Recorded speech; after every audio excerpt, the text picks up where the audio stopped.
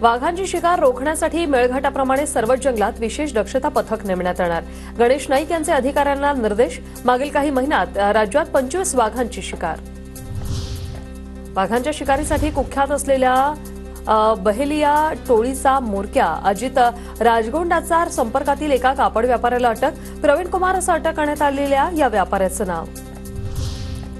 राज्यात प्रत्येक कुटुंबामागे आरोग्यावर किती खर्च केला जातो याचं सर्वेक्षण होणार। राज्याच्या अर्थ व सांख्यिकी संचालनालयाद्वारे माहिती संकलन करणार।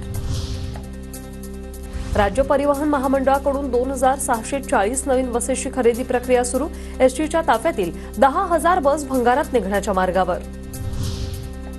राज्यात 4 ठिकाणी अॅग्रो लॉजिस्टिक हब उभारलं जाणार। पुणे, नागपूर, छत्रपती संभाजीनगर आणि भिवंडीत अॅग्रो लॉजिस्टिक हब उभारण्याचा प्रस्ताव। शेतमाल प्रक्रिया उद्योगाला चालना देऊन निर्यात वाढीसाठी राज्य सरकारचा निर्णय।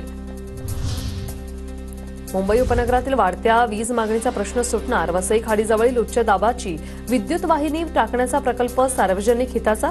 उच्च न्यायालयाचं निरीक्षण। प्रकल्पासाठी अदानी समूहाला 209 कांदळवनं कापण्याची परवानगी। आरटीओ कार्यालयांमध्ये मीटर अद्ययावत केलेल्या रिक्षा टॅक्सीच्या तपासणीसाठी टेस्ट ट्रॅक तयार। नवे दर लागू, मात्र मीटर अद्ययावतीकरण अद्याप सुरू नाही। आरटी प्रवेश नाकारल्यास कारवाई। शिक्षण आयुक्तांचा शाळांना इशारा। यंदा प्रवेश प्रक्रियेतील शाळांची संख्या घटली, मात्र जागा वाढल्या।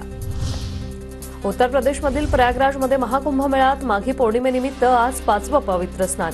पवित्र स्नानासाठी कोट्यावधी भाविक प्रयागराजमध्ये दाखल। पहाटेपासून 64 लाखाहून अधिक भाविकांचं महास्नान।